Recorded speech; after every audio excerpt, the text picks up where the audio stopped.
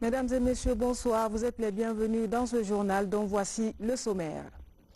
Action publique, le suivi citoyen encouragé, un exercice qui place le citoyen au cœur de la gouvernance locale. La démarche est soutenue par les pouvoirs publics et des institutions techniques et financières. Les centres de santé clandestins continuent de faire des victimes. Une jeune fille de 18 ans vient de perdre la vie dans une clinique de Sonfonia faute de soins. Vous saurez tout dans un instant. Et puis nous sommes le 14 mai, date anniversaire de la création de la télévision nationale. C'était le 14 mai 1977.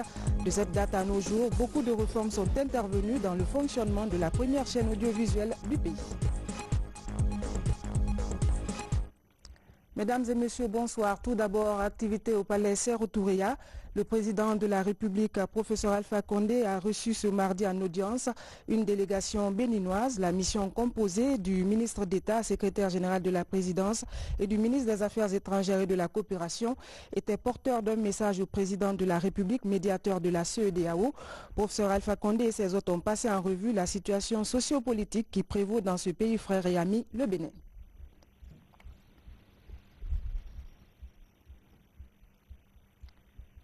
Voilà la délégation béninoise reçue par le président de la République. Nous allons parler du suivi citoyen de l'action publique, un exercice qui met le citoyen au cœur de la gouvernance locale, une exigence soutenue par les pouvoirs publics et certaines institutions techniques et financières, une pratique qu'un pôle d'organisation de la société civile guinéenne s'engage à vulgariser au sein des collectivités locales. Reportage Makalissouma. De la passation des marchés communautaires au suivi de l'exécution des dépenses publiques, le citoyen est un acteur clé dans la gouvernance locale. Demander des comptes à ceux qui les gouvernent doit être un réflexe. La loi guinéenne est claire sur des choses. D'abord, elle consacre les collectivités locales comme le cadre institutionnel de l'exercice de la démocratie pour le citoyen.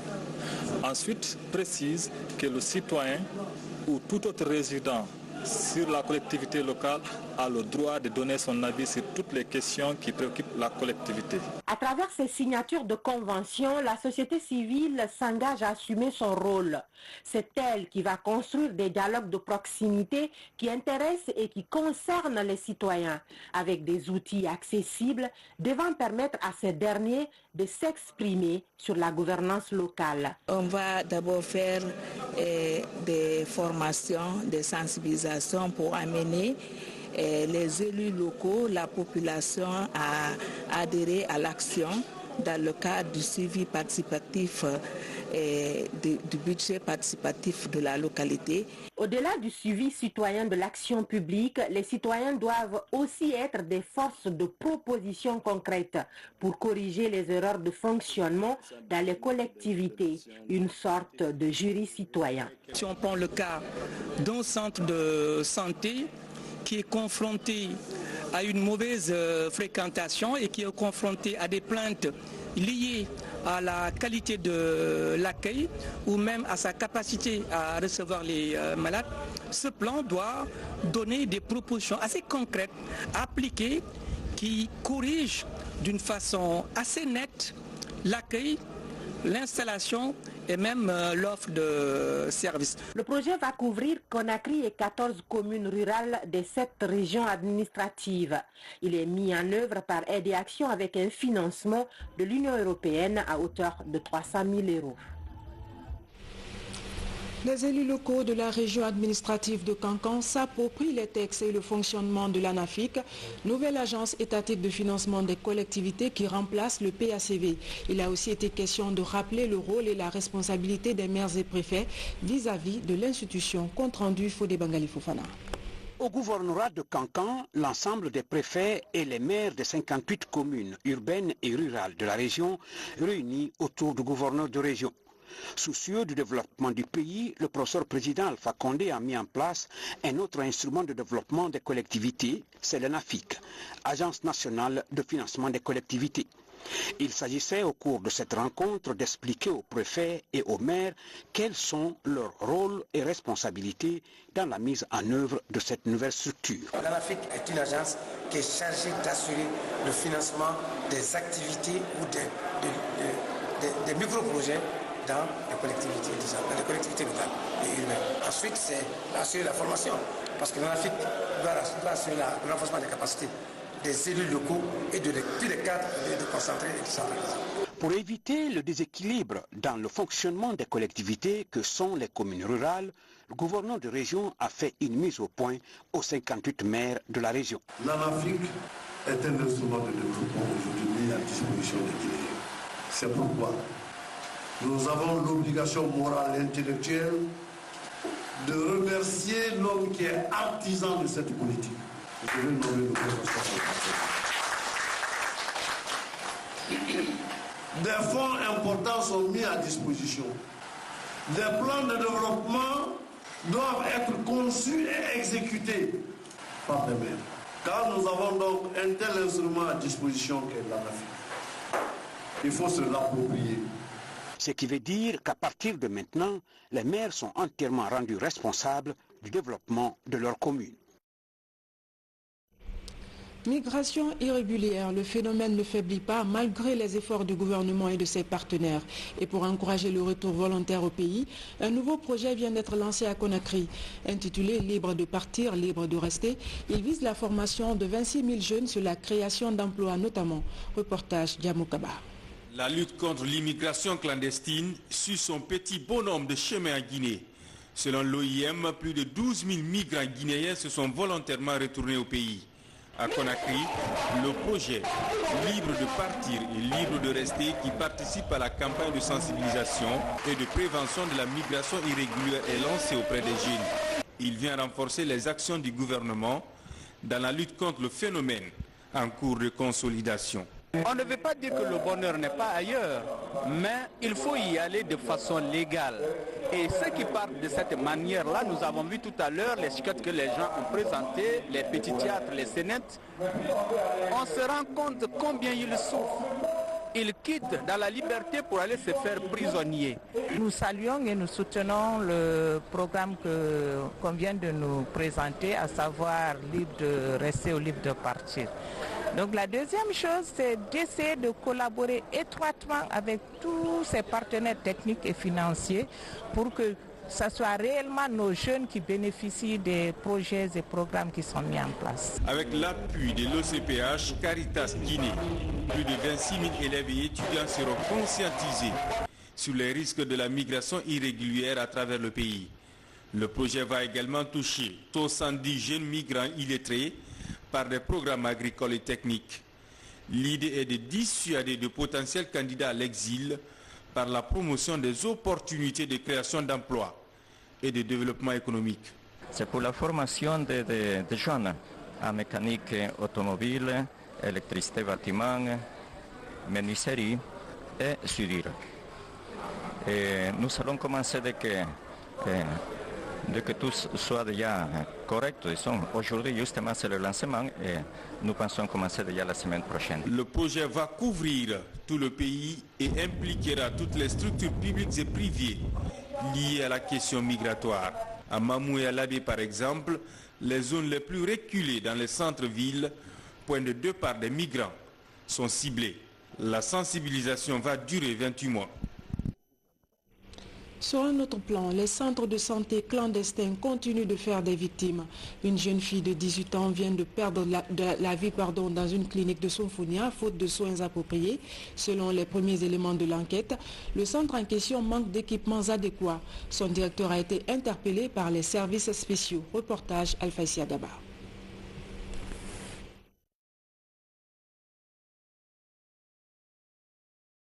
La lutte contre l'immigration clandestine suit son petit bonhomme de chemin en Guinée. Selon l'OIM, plus de 12 000 migrants guinéens se sont volontairement retournés au pays. À Conakry, le projet Libre de partir et libre de rester qui participe à la campagne de sensibilisation et de prévention de la migration irrégulière est lancé auprès des jeunes.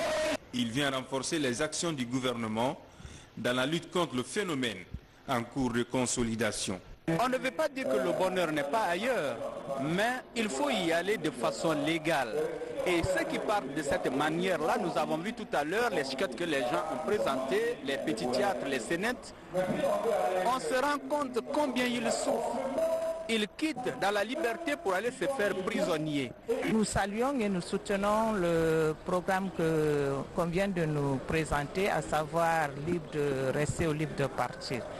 Donc la deuxième chose, c'est d'essayer de collaborer étroitement avec tous ces partenaires techniques et financiers pour que ce soit réellement nos jeunes qui bénéficient des projets et programmes qui sont mis en place. Avec l'appui de l'OCPH Caritas Guinée, plus de 26 000 élèves et étudiants seront conscientisés sur les risques de la migration irrégulière à travers le pays. Le projet va également toucher 70 jeunes migrants illettrés par des programmes agricoles et techniques. L'idée est de dissuader de potentiels candidats à l'exil par la promotion des opportunités de création d'emplois et de développement économique. C'est pour la formation des jeunes en mécanique automobile, électricité bâtiment, menuiserie et soudure. Et nous allons commencer dès que tout soit déjà correct.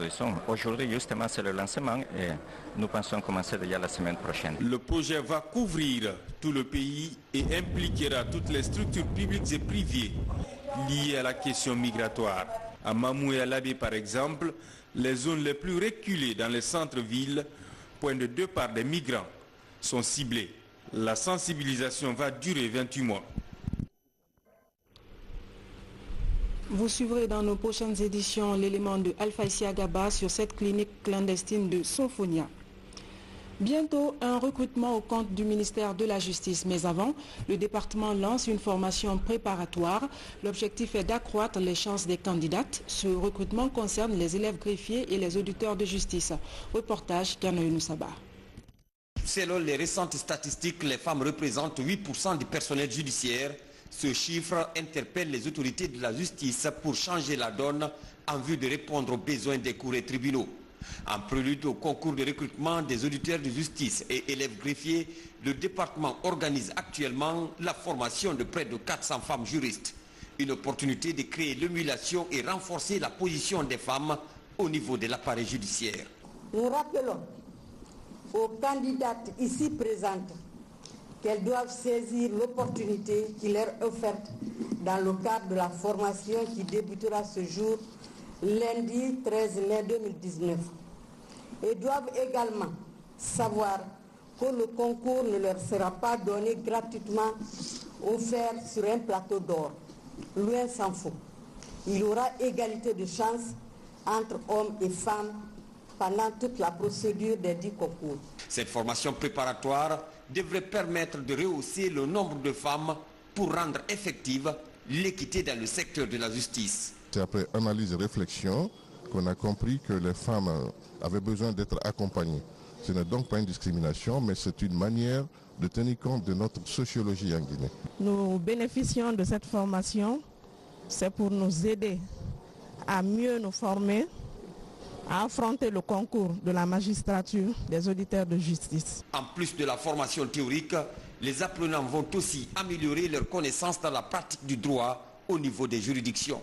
Une approche qui vise à obtenir un taux de réussite considérable chez les femmes cette année. Des équipements pour le ministère de l'enseignement technique et de la formation professionnelle. Ils sont destinés aux cours pratiques des centres retenus dans le cadre du projet intitulé « Formation à la fabrication et l'utilisation du matériel pour la modernisation de la filière boulangerie-pâtisserie en Guinée ». Reportage Komara Moussa. L'insuffisance et le manque d'équipement ont toujours été un maillon faible dans la formation technique et professionnelle en Guinée.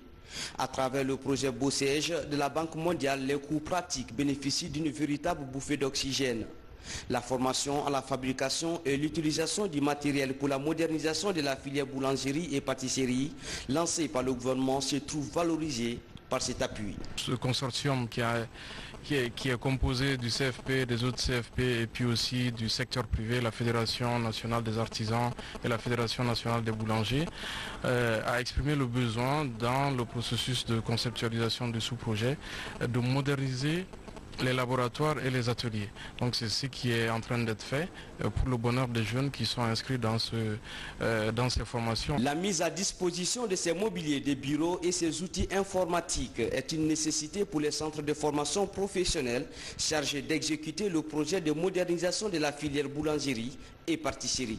Ça nous permettra de faire toujours des innovations dans tout ce que nous sommes en train de faire. J'ai bon espoir qu'ils en feront bon usage. Et en tout cas, en ce qui nous concerne, nous n'allons pas tolérer quand même le laxisme dans l'utilisation du matériel technique, parce que ça coûte très cher. Le matériel technique coûte très cher, donc il faut en faire bon usage. L'objectif visé par le gouvernement est de révolutionner l'apprentissage dans le secteur informel. À la filière boulangerie et pâtisserie, 720 apprenants, dont 30% des filles sont ciblées. L'identification des candidats est faite par la Fédération nationale des artisans de Guinée. La formation s'effectue dans les centres de formation professionnelle de Matoto, Ratouma et Donka, ainsi que le Centre national de formation touristique et hôtelière Saint-Fort. La formation dure 3 ans. Nous sommes le 14 mai, date anniversaire de la télévision nationale. C'était le 14 mai 1977. De cette date à nos jours, beaucoup de mutations sont intervenues dans le fonctionnement de la première chaîne audiovisuelle du pays. Reportage Aboubakar Sidiki-Souma, Bernard Tengulo. Ces images sont de la toute première émission de la télévision nationale, le 14 mai 1977. 42 ans après, la belle histoire de la lucarne joyeuse nationale charme encore les Guinéens. Pour se maintenir, l'audiovisuel public a connu dans son parcours des mutations majeures, notamment sur le plan technique. Au début, il y avait un seul émetteur livré par Thomson, qui était installé à Boulbinet, qui a diffusé. Et à partir de là, l'émission se passait seulement en noir et blanc, avec 625 lignes. Et c'est après, les Français ont livré, ont donné à la Guinée un studio compact en couleur. C'est en ce moment-là que la Guinée a passé de noir et blanc en couleur, grâce au soutien de Paris. Et les caméras aussi, depuis les caméras à tube, nous sommes super opticon, je crois, on est parti aujourd'hui jusqu'à la caméra de haute définition avec la technologie MOS. Autre réforme importante à enregistrer, la liberté et le traitement de l'information. Les sujets du reportage sont diversifiés. Pourtant, depuis 1977, la ligne éditoriale est restée la même. Au temps de la voie de la révolution, là c'était l'idéologie du parti qui était transmise aux populations et puis au public et aux auditeurs, aux téléspectateurs. Aujourd'hui, les thèmes de reportage par exemple ou bien de magazine, les thèmes sont variés. Tout est libre. La liberté de ton existe. Il n'y a pas de pression sur les reporters, sur les journalistes. Mais à partir du moment où on est à la radio nationale ou à la télévision nationale, on connaît déjà que la ligne éditoriale, c'est la promotion de la paix, du vivre ensemble, de la cohésion nationale et l'essor économique de la patrie. Aujourd'hui, avec des équipements modernes, les installations de haut standing, des programmes nouveaux et un personnel professionnalisé, la télévision nationale se rapproche de plus en plus de son public. Mais les attentes sont encore nombreuses. Je vois assez de programmes de la RTG qui sont liés à la culture guinéenne, c'est aussi bon. Mais lorsqu'on prend aussi l'éducation des jeunes, par exemple, il y a d'autres télévisions qui font des concours sur les matières, connaître le plus intelligent ou bien tester la connaissance des élèves dans les matières. Donc, moi, je souhaite vraiment que la RTG intègre ça dans ses programmes. Moi, je voudrais qu'on instaure une émission de bonne manière, parce que je constate en Guinée ici, l'incivisme est vraiment là, à tous les niveaux. Surtout, on parle de la question de la salubrité. Et je crois qu'à un moment donné, il faut reconnaître que l'État n'est pas le seul responsable. Je vois des personnalités dans des grosses cylindrées, en pleine rue, là, qui jettent des ordures ça et là. C'est quand même vraiment, ça c'est pas l'État. Hein. Donc il faut beaucoup plus de sensibilisation, il faut des émissions de bonne manière, vraiment. La célébration de ce 42e anniversaire intervient À un moment où la chaîne mère de l'audiovisuel guinéen poursuit son processus de migration de l'analogie vers le numérique avec une grande innovation. Désormais, le journal télévisé et certains programmes sont accessibles sur la toile à travers la nouvelle plateforme constituée d'un site web et plusieurs applications digitales. La télévision nationale souffle donc ses 42 bougies ce 14 mai et pour l'occasion, je reçois le directeur général de la RTG, Sekouba Savané. Bonsoir DG. Bonsoir Adèle. Nous avons suivi tout à l'heure les attentes des téléspectateurs et auditeurs de la RTG. Quelle réponse leur apportez-vous? Bien, des attentes légitimes, bien entendu, mais vous me permettrez d'abord, avant de répondre à cette question, de souhaiter bonne fête à nos nombreux téléspectateurs qui nous suivent tous les jours, car nous existons pour eux. 42 ans aujourd'hui pour la télévision nationale, c'est l'âge de la maturité, c'est l'âge de la responsabilité et nous nous engageons à pleinement assumer ces valeurs. Ceci dit, je dois également rendre hommage aux pionniers dont le sacrifice a permis la naissance de cette télé et aujourd'hui nous assumons justement la continuité de ce qu'ils ont bien entendu créé en 1977. Donc, pour revenir à la question que vous posez, ces attentes, nous les entendons tous les jours et nous en sommes sensibles. D'autant plus que c'est des attentes légitimes, comme je l'ai dit. La raison d'être de la télévision nationale, c'est bien entendu la satisfaction de ses téléspectateurs. C'est pour cela que nous devons être à leur écoute et savoir qu'est-ce qu'ils veulent qu'on leur donne, qu'on leur serve. Nous avons écouté de bonnes propositions, notamment la création d'une émission sur les bonnes manières. Effectif, il y a la problématique de la citoyenneté, ou plutôt de l'incivisme qui a été ici porté par un des téléspectateurs, par exemple, qu'on a interrogé tout à l'heure. Je pense que l'une des missions essentielles de la télévision nationale, c'est de participer à la promotion des valeurs comme le civisme. Et il n'y a pas que cela, il y a d'autres valeurs dont on doit assurer la promotion sur nos antennes. Ici, je prends solennellement l'engagement que nous sommes non seulement sensibles à ces demandes, et tous les jours au quotidien pratiquement, ces questions sont au débat ici, nous réfléchissons là-dessus et nos programmes sont en train de s'adapter justement au quotidien à ces besoins-là.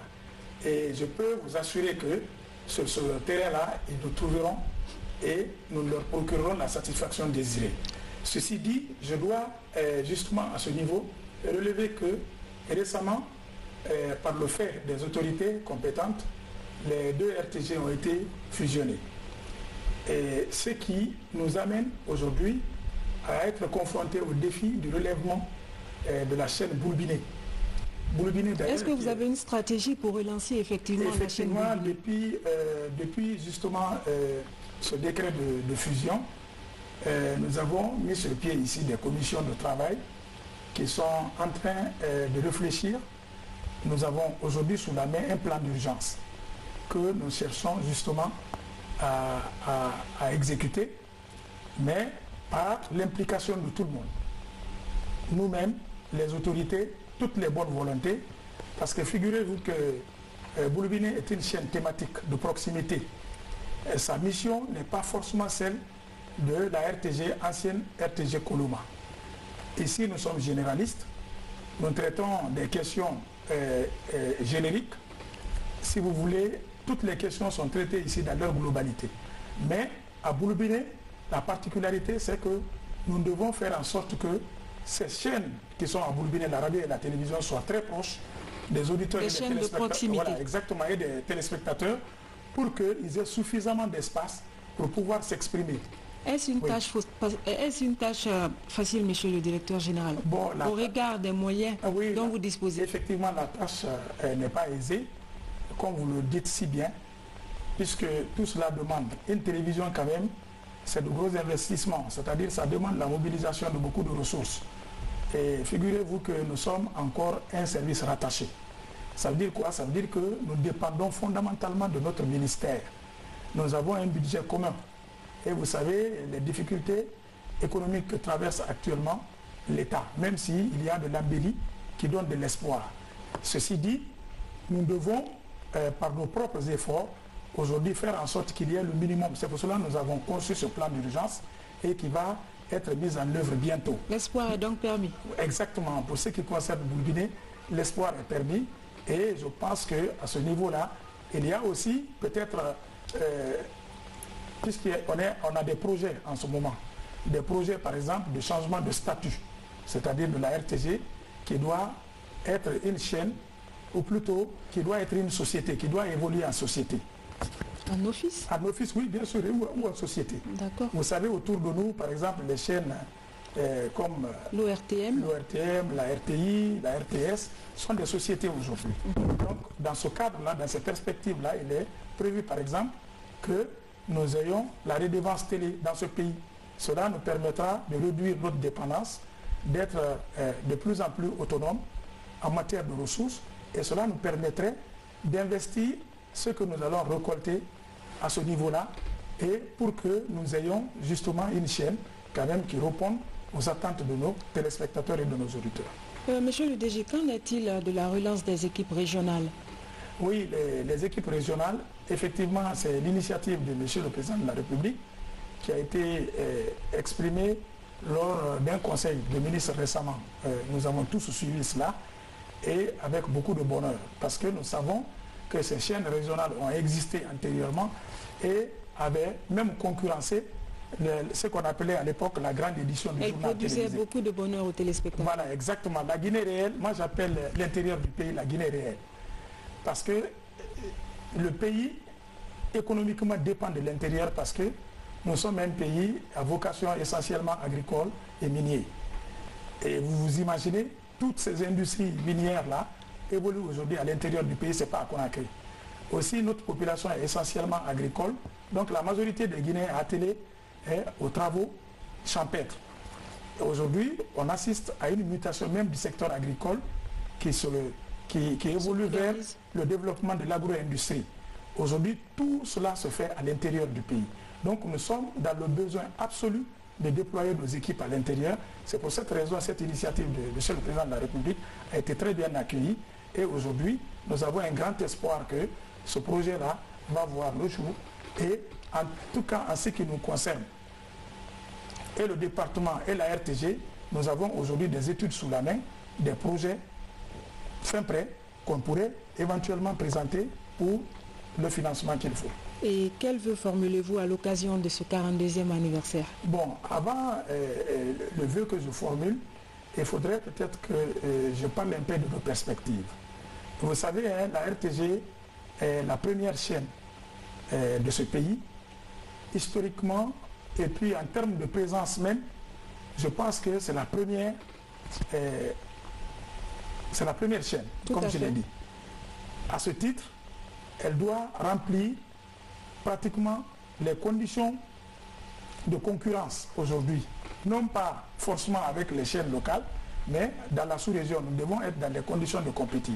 C'est pour cela que nous nourrissons de très grandes ambitions dans ce sens, raison pour laquelle vous avez dû voir récemment, et nous nous sommes engagés dans un vaste programme de modernisation de nos infrastructures et de nos installations et de nos équipements. Et au terme, par exemple, de la modernisation de nos infrastructures, vous voyez, aujourd'hui, la RTG est pratiquement en chantier. Parce que, par l'initiative de la direction générale, nous avons contacté notre homologue de la société Topaz, qui, gracieusement, a accepté de venir rénover nos installations. Et aujourd'hui, c'est avec beaucoup de bonheur que nous voyons un partenariat dynamique. Exactement, qui nous permet aujourd'hui d'avoir un bâtiment, on dirait flambant neuf, et qui restitue aujourd'hui à cet immeuble toute sa splendeur, qui participe évidemment à la beauté de Conakry. Au-delà, il y a aussi, vous voyez, avec des efforts conjugués et du département et de la direction générale, nous essayons de moderniser un peu nos plateaux. Nous modernisons les espaces. Et les programmes avec. Les programmes avec le contenu aussi qui s'étoffe. Aussi, vous voyez, vous assistez actuellement aussi à la poursuite de notre programme de digitalisation. Parce qu'aujourd'hui, il faut intégrer les avancées technologiques à tout projet que nous entreprenons. C'est ce qui fait que la RTG offre aujourd'hui beaucoup de possibilités en termes d'accessibilité, parce que non seulement on peut nous suivre en streaming, nous avons un site web qui est dynamique. Et les programmes sont suivis en direct. Sont suivis en direct, exactement, en streaming là-bas. Nous avons une application mobile. Aussi, depuis très longtemps, il y a des milliers, des centaines de milliers, je dirais, qui suivent aujourd'hui le journal télévisé en direct sur Facebook. Donc voilà, c'est des mutations de 1977 à 2009. Exactement. Donc aujourd'hui, en tout cas, l'espoir est très grand que la RTG va continuer à se moderniser, parce que nous remarquons effectivement ce dynamisme-là qui caractérise le comportement de chacun de nous au quotidien. Donc, si maintenant vous me demandez quel message je pourrais peut-être, le vœu que je formulerai, c'est un message de satisfaction. C'est bien entendu. Bon, peut-être que je ne vais pas tomber dans l'autosatisfaction, mais je dirais quand même que nous sommes engagés. Nous avons la bonne volonté de toujours mieux faire. De toujours mieux faire et dans les limites de nos moyens. Et je pense qu'en tant que chaîne d'État,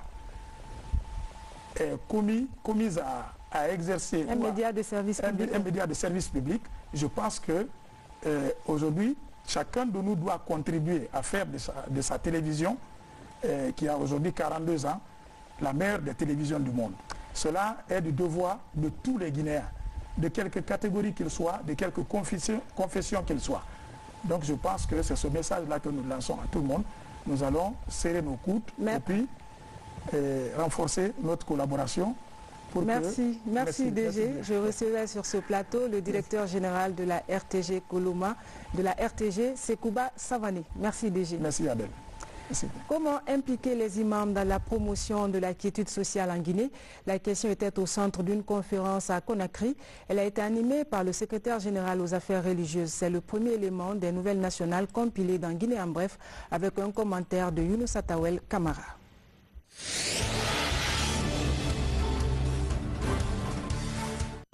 Ils sont imams et autres responsables des oulémas de Guinée à prendre part à cette conférence religieuse axée essentiellement sur le rôle des imams dans le processus de la promotion de la quiétude sociale en Guinée. Cette conférence religieuse est une initiative de l'association Moussidal Koufa pour le développement.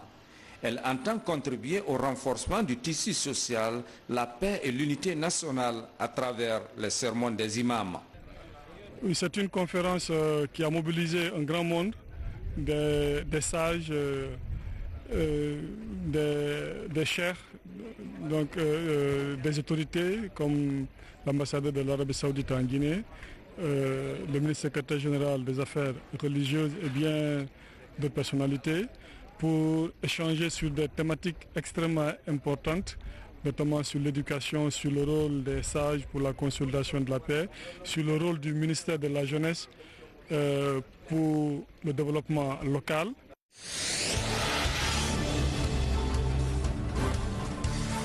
C'est une cérémonie de lecture du Saint-Coran qui mobilise les membres du gouvernement, les élus locaux et responsables du parti RPG Arc-en-Ciel tenu à Yimbaya Bougie dans la commune de Matoto. Elle est organisée par l'Association des femmes volontaires pour la paix et le développement de Kouroussa. Les prières sont faites en faveur de la consolidation de la paix et le renforcement du tissu social en Guinée. L'objectif, promouvoir les actions de développement du président de la République, professeur Alpha Condé. Dans le domaine de l'électricité, on n'en cite pas. On était à 100 et quelques mégawatts. Aujourd'hui, bientôt on sera dans 1000 et quelques mégawatts. Et sur le plan infrastructurel, c'est-à-dire la route, on n'en parle pas. Nous avons vu des routes, des pistes rurales qui sont complètement dégagées. À part ça, nous voyons les infrastructures dans les préfectures, avec la fête tournante de l'indépendance. Toutes les sous-préfectures, toutes les préfectures ont reçu au moins une petite infrastructure pour au moins le mandat du professeur Alpha Condé.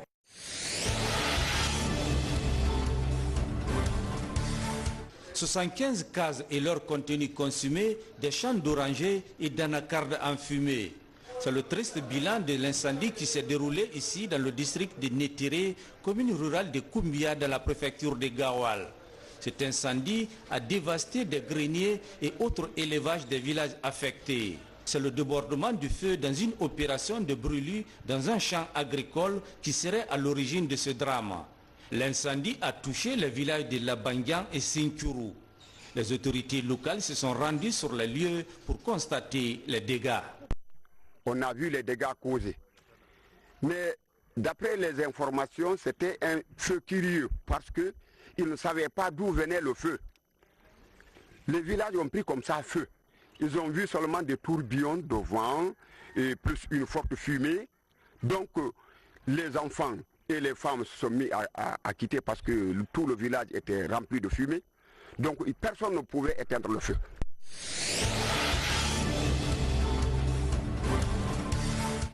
Je reviens sur cet élément. Les centres de santé clandestins continuent de faire des victimes. Une jeune fille de 18 ans vient de perdre la vie dans une clinique de Sonfonia faute de soins appropriés. Selon les premiers éléments de l'enquête, le centre en question manque d'équipements adéquats. Son directeur a été interpellé par les services spéciaux. Reportage Alphaïsia Gaba. C'est dans cette clinique située à Sonfonia Centre que Jeanne Yombuno était venue pour se faire consulter. La jeune fille de 18 ans avait l'espoir de trouver un remède à son appendice qui l'avait fatigué depuis belle lurette. Mais vu ses équipements non adaptés à une intervention chirurgicale et les conditions de travail, Yombuno va finalement succomber à l'opération. Son grand frère sous le choc se souvient encore. Je me rappelle que c'est ici, quand je venais pour rechercher la fille, que les gens m'ont rattrapé pour me faire sortir dehors. C'est quand il avait duré dans la salle là, j'ai dit, mais attends, je vais aller voir qu'est-ce qui se passe. Donc je me rappelle bien que c'était ici, quoi. Des complications, c'est vers la fin même, elle est rentrée dans le coma ici, donc de là où nous sommes partis à Ignace, c'est là elle a rendu l'âme 4 heures après.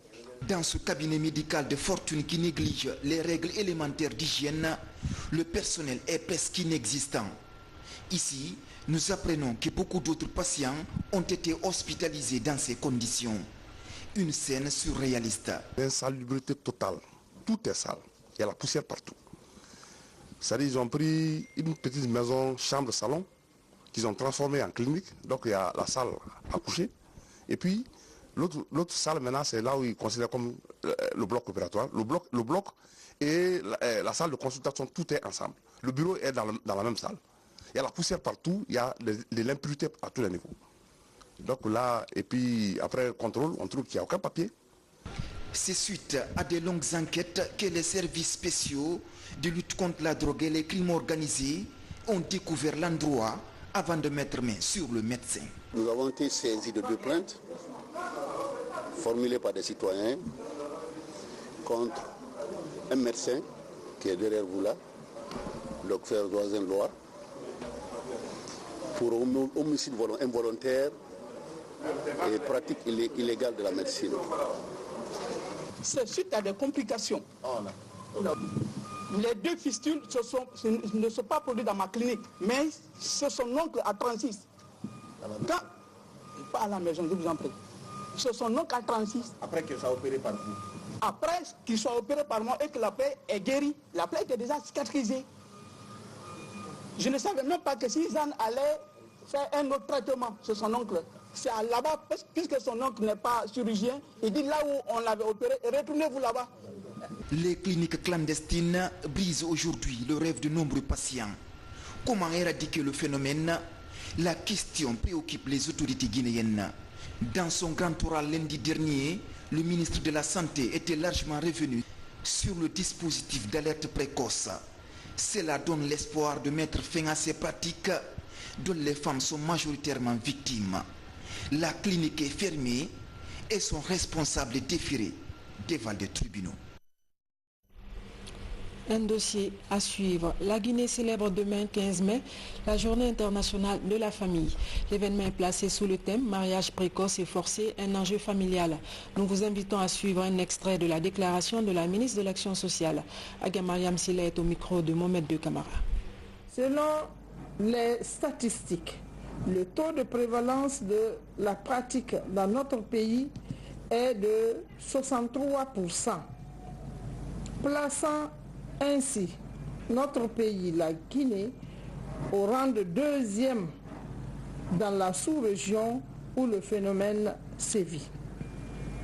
Cette situation interpelle donc toutes les catégories sociales de la nation à une prise de conscience des dangers que peuvent engendrer le mariage précoce des jeunes filles dont les conséquences affectent gravement leur vie et celle de leur communauté et par ricochet le pays tout entier. C'est pourquoi le ministère de l'Action sociale, de la promotion féminine et de l'enfance se réjouit de la programmation de l'examen du projet de code de l'enfant révisé pour la présente session de loi par les honorables députés. Ce document de référence, une fois adopté, réglemente le mariage à partir de 18 ans.